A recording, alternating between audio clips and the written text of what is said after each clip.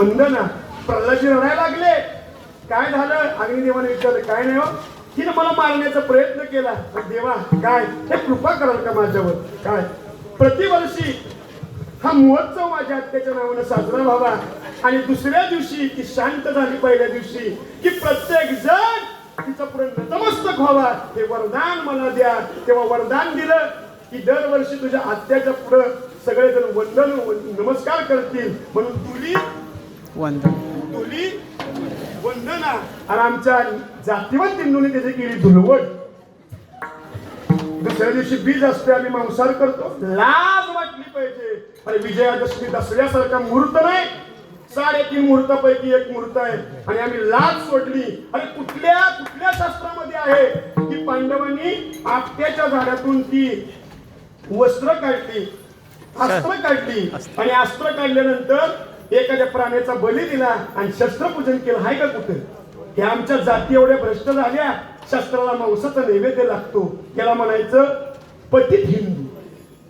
हे हिंदू म्हणायच्या लायकच नाही. कुठल्या शास्त्रामध्ये आहे की त्यांनी शस्त्रपूजन करताना मांसाचा नैवेद्य त्याला दाखवला? आम्ही सरास शस्त्रपूजनला काय करतो? हत्या करतो, त्याचा नैवेद्य धावतो. 42 कुळ्यात नरकामध्ये गेल्याशिवाय राहणार नाही. दसऱ्याला आम्ही मांसाहार करतो. लाज वाटली पाहिजे आम्हाला हिंदू म्हणून घ्यायची. दसरा म्हणजे दशमी दिवशी येतो आणि आपलं एकादशीचं व्रत दशमी दिवशी चालू होतं. आम्ही दशमी दिवशी मांसाहार करतो, संध्याकाळी करतो आणि पुन्हा सकाळी म्हणतो अरे उरलेलं टाकून कसं द्यायचं, मग आम्ही खातो. कधी? एकादशीला. हिंदूच म्हणायचा लायक नाही मायबाप. जो एकादशी दिवशी मांसाहार करतो तो हिंदू म्हणायचा लायकच नाही. माझा शब्द जरा कडकडीत आहे. एकादशीला आम्ही तिथी मिती बघत नाही. इतक्याने हावरे जातो खायला.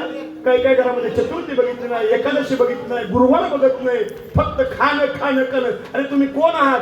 प्राणी आहात का कोण आहात? तुमचं तुम्हाला ज्ञात खावा, पण निदान तिथी मिती तरी आम्ही बघितल्या पाहिजेत. पण पाया पडतो तिथी मिती बघा.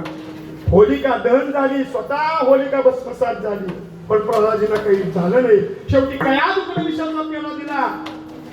जा म्हणे कोरोना मारून टाक. तिने हातामध्ये तो विषाचा प्याला आणला, डोळ्यामध्ये पाणी होतं. आई का रडतेस तू? काय नाही रे, बाबांनी मोठी कामगिरी माझ्यावर सोपवली.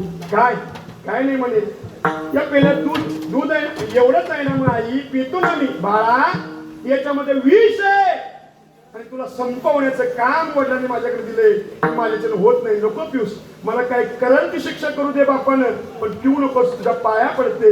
आईचे डोळे प्रल्हादजीने पुसले. सांगितलं आई काय काळजी करू नको. अरे एवढंच विष मला काय करणार आहे का? कारण तू काळजी करू नकोस, माझ्या कंठातच तू आहे, तर विष मला बांधेल कसं? हा विश्वास. आणि तो विषाचा प्याला त्या प्रल्हादजीने त्याचं स्मरण करत प्राशन केला. शेवटी झालं काय? ते विष पचवण्याचं काम सुद्धा देवाने केलं. का? कंठी धरला कृष्ण. मीराबाईचा दृष्टांत सर्वांना ज्ञात आहे. मीरेला देवाचं वेड लागलं. बाप म्हणायला लागला मिरे हे कृष्ण सोड, आता लग्नाचा दिवस जवळ आले. बाबा मी कृष्णाला वरलाय.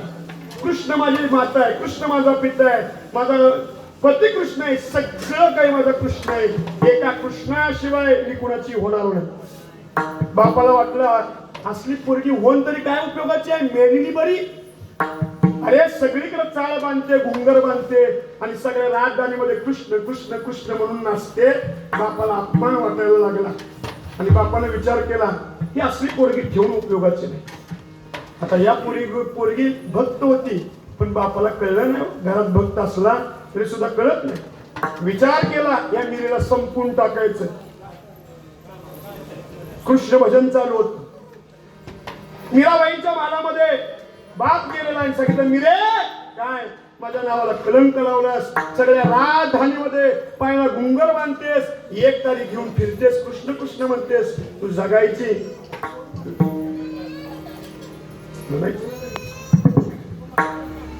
हे विष आहे, पी आणि तुझं आयुष्य संपून टाक.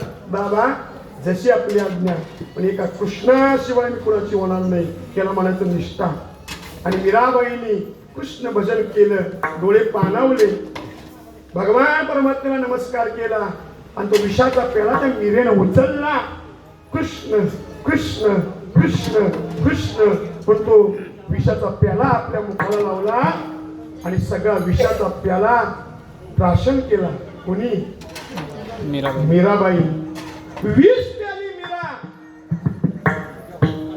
परंतु कंठ निळा झाला. कुणाचा? कृष्णाचा. प्याली कोण विष? मीराबाई. पण कंठ कुणाचा निळा झाला? कृष्णाचा. का? त्या मीरे करता भगवान परमात्माने त्या मीरेचं स्वतः विश्वासन केलं. का विश्वासन केलं? कारण त्या मीरेनं कंठी धरला कृष्णमणी. कृष्णमणी मीरेनं आपल्या कंठामध्ये धारण केला, म्हणून ते विष पचवण्याचं काम सुद्धा त्या देवाने केलं. आणि न सांगता